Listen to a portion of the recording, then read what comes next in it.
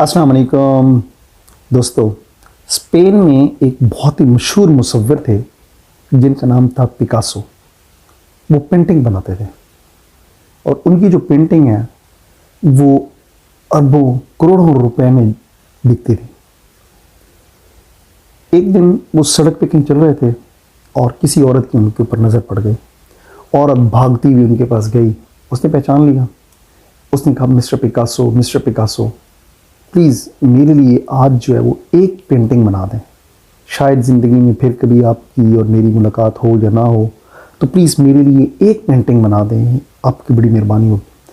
Picasso उसको कहता है कि मैं इस टाइम खाली हाथ हूँ, मेरे पास कुछ भी नहीं है, तो मैं तुम्हारी पेंटिंग कैसे बना सकता हूँ, मुश्किल है। लेकिन वो बज़िद रहती है, इसरार करती है, मजबूर करती है। पिकासो अपनी जेब में हाथ डालता है, एक पेन निकालता है, कागज़ निकालता है, कुछ ड्रॉ करता है। ड्रॉ करने के बाद उस औरत के हवाले कर देता है।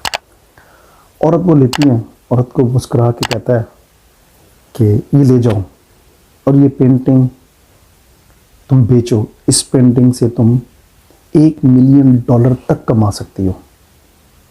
औरत परेशान होती है, पेंटिंग को घर ले जाती है, सोचती है कि 10 मिनट में पेंटिंग बनाई है और पिकासो कहता है कि तुम इससे $1 मिलियन कमा सकती हो।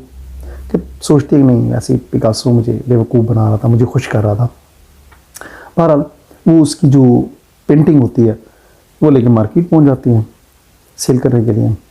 मार्केट में जब जाती है और वो उसकी पेंटिंग लोगों को दिखाती है, बताती है, और जब कहती है कि ये पिकासो ने बनाई है, तो आप यकीन करें उसकी जो कीमत है वो $1 मिलियन तक पहुंच जाती है। औरत बड़ी खुश होती है और हैरान होती है, भागती हुई है, पिकासो को ढूंढती है, उसके पास पहुंच जाती है। उसको भी जाके कहती है कि पिकासो, क्या तुम मुझे अपना शागिर्द बनाओगे? क्या तुम मुझे ऐसी पेंटिंग बनाना सिखाओगे?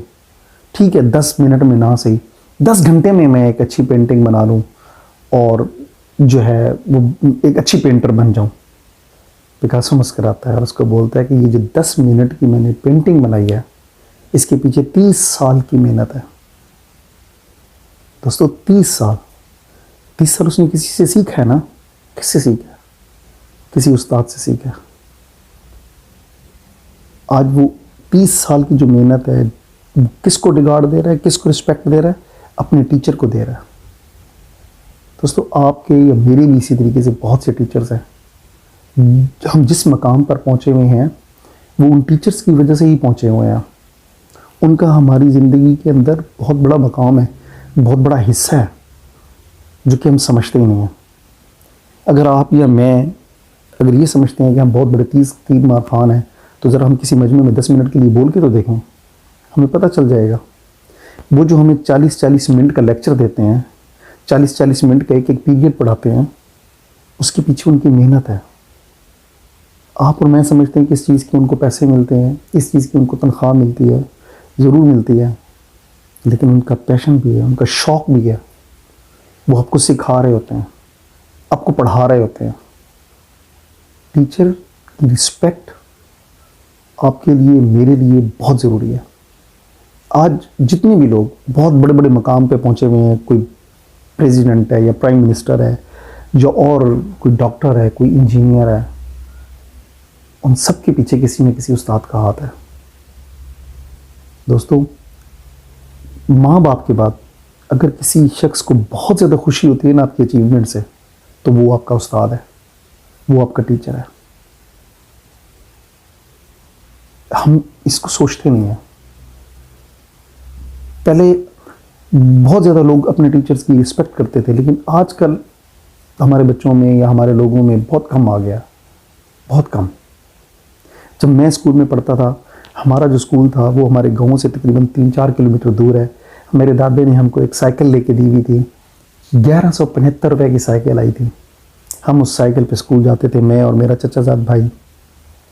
हमारा जो उस्ताद था, अल्लाह पाक उसको खुश रखे, वो खूंडी से मशहूर था। यंग आदमी था, चाय बहुत पीता था, लेकिन खूंडी रखी हुई थी अपने पास, तो खूंडी से पूरे इलाके में जो है वो मशहूर हुआ करते थे। वो लोग कहते थे वो खूंडी वाला उस्ताद।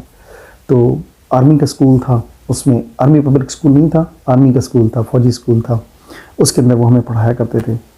आप यकीन करें इतनी मेहनत करते थे, इतनी मेहनत हमसे करवाते थे जिसकी कोई हद नहीं है। आपको एक छोटी सी मैं मिसाल दूं कि एक दफ़ा ना मेरा चाचा एक रेलवे पुलिस में थे। वो ना रेलवे के ना पुराने पेपर जो है वो उठा के ले आए।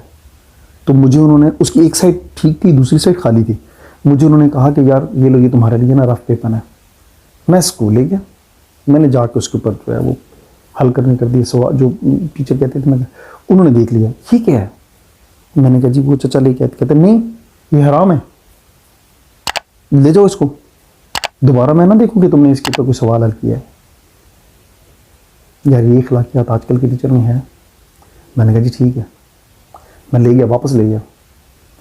और यकीन करें एक इतवार वाले दिन, हमें इतवार वाले दिन पढ़ाते थे बगैर किसी ट्यूशन फीस के। छुट्टी होती थी फिर भी पढ़ाते थे। अगर किसी स्टूडेंट बीमार हो जाता था उसके घर जाकर उसकी इयादत करते थे और 22 लड़कों को भी साथ लेके जाते थे। आजकल कोई ऐसा करता है? आजकल 1 मिनट ऊपर हो जाए, हम जो वालिदैन हैं हम तो पता नहीं क्या मचा देंगे। हम तो कहेंगे मेरा हमारा बच्चा किधर गया। और वो उस घर बीमार स्टूडेंट के घर आके उसको कहते थे अच्छा यार ठीक है तुम बीमार हो तो तुमने आज का काम किया है, ये काम है, ये चीज़ें याद करनी है, तुम यहाँ बिस्तर में बैठे हुए हो ये काम करके आना है।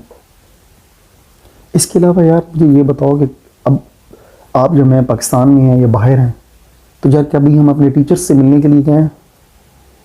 कि हमने अपनी किसी टीचर को तलाश किया हो कि यार उनसे मिलते हैं? बहुत कम।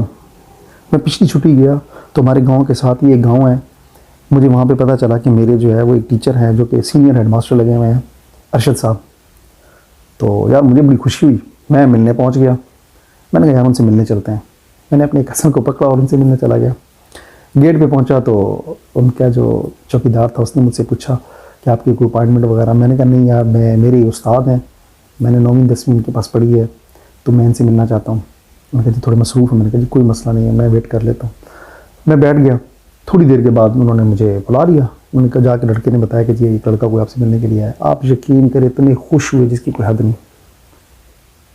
मुझे 3-4 किस्म के फ्रूट खिलाए उन्होंने, 2 दफ़ा उन्होंने मुझे चाय पिलाई, बहुत ज़्यादा उन्होंने रिस्पेक्ट। मेरे सामने उन्होंने 2-3 जो और शागिर्द थे उनको कॉल्स की कि यार फैज़ मुझसे मिलने के लिए आया हुआ है। दोस्तों आपकी अचीवमेंट से, जैसे मैंने पहले कहा है ना, अगर माँ बाप के बाद कोई ज़्यादा खुशी किसी बंदे को होती है ना तो वो आपका उस्ताद है। इन्हीं की मैं आपको एक और अच्छी बात बताऊं। जब हम 9वीं 10वीं में पढ़ते थे तो हमारे गांव के एक टीचर थे, उनके साथ कुछ रंजिश थी, इख्तलाफात थे, कुछ मसला मसाइल था, तो बहरहाल चलता रहता है। उनका जो मेरे गांव का जो टीचर थे, उनके बेटे की 9th या 10th में जो वो क्या कहते हैं वो साइंस के बाद जो प्रैक्टिकल होता है, प्रैक्टिकल था। तो उस प्रैक्टिकल में ये अरशद साहब जो है वो इंचार्ज थे। तो मेरे गांव के जो टीचर थे उन्होंने मुझे बुलाया। उन्होंने मुझे कहा कि यार वो इस तरीके से है तो आपके उस्ताद हैं तो यार उनको जाके ज़रा बताना कि मेरा बेटा है। मैंने कहा जी ठीक है, बेफिक्र हो जाए। अब थोड़े से वो नर्वस थे, यार मेरी इनसे मुखालफत है, मेरी लड़ाई हो चुकी है और मेरे बेटे का प्रैक्टिकल इनके पास है। तो मैं गया, मैंने कहा सर वो इस तरीके से, मैंने बात पूरी बताई। मुझे कहते हैं बेटा, बैठे हुए थे कुर्सी पे, मुझे याद है, उठ खड़े हो गए। मुझे कहते हैं बेटा मेरा जो मसला मसाइल है वो उनके साथ है, ये उनका बेटा है, मेरा बेटा है, टेंशन नहीं लेने, कोई मसला नहीं है, ये मेरा बच्चा है। यार आजकल के टीचर क्या ऐसा सोचते हैं या हम ऐसा सोचते हैं? हमें पता चलता है ना कोई हमारा दुश्मन है या कोई हमारा जिसके साथ हमारा इख्तलाफ है, हम क्या करेंगे? हर किस्म की कसर निकालेंगे। लेकिन उस अजीम शख्स ने कहा नहीं, ये बच्चा जो है ये मेरा भी बच्चा है। और आज वो लड़का मुल्तान कार्डियोलॉजी में डॉक्टर है, स्पेशलिस्ट है, FCPS कर चुका है। कितने ऑनर की बात है मेरे दोस्त। आपने और मैंने, हमने अपने उस्ताद की रिस्पेक्ट करनी है, हर सूरत में करनी है। एक चीज़ और यार आपको मैं बताऊं, बड़ी इंपॉर्टेंट है, प्लीज़ इस पे अमल करना है। आपके ये मेरे बच्चे ट्यूशन पढ़ते हैं, आजकल ये ट्यूशन का रवाज है। काइंडली ट्यूशन फीस जो है वो बच्चों के हाथ नहीं देनी, खुद मैनेज करना है, जिस तरीके से भी मैनेज करना है, खुद मैनेज करना है, ताकि टीचर तक उसकी फ़ीस पहुँचे। आपके बच्चों के थ्रू, आपके बच्चों के हाथ के थ्रू ट्यूशन फीस ना जाए, या स्कूल की फीस आपके बच्चों के हाथ के थ्रू जमा ना हो। उनके जहन में, उनके दिल में ये ख्याल ही पैदा ना हो कि ये बंदा मुझे पैसों के लिए पढ़ाता है। नहीं, देखिए हम उसकी सर्विसेज ले रहे हैं, हमारा हक है कि हम उसकी पेमेंट करें, ठीक है, अब भी करते हैं, लेकिन यार बच्चे के थ्रू नहीं। जब आप बच्चे के थ्रू करेंगे ना, तो बच्चे के दिमाग में भी ये बातें आएंगी, मैं पैसे देता हूँ, टीचर को इतनी फीस देता हूँ, इतनी फीस देता हूँ, बच्चा वो मुझे पढ़ाने के लिए आते हैं, अब्बू नहीं मैंने आज नहीं पढ़ना, मैंने ये नहीं करना, मैंने वो नहीं करना। नहीं यार, उसको कदर सिखाएं टीचर की, कि बेटा टीचर की रिस्पेक्ट कर, ताकि उसको पता ही ना हो कि मेरी ट्यूशन फीस कितनी है। ये पैसों वाला चक्कर जो है ना, ये आपने अपने हाथ में लेना है। बच्चे के थ्रू टीचर को फीस नहीं देनी, उसका एक मकाम है यार टीचर का, उस मकाम को बरकरार रखना।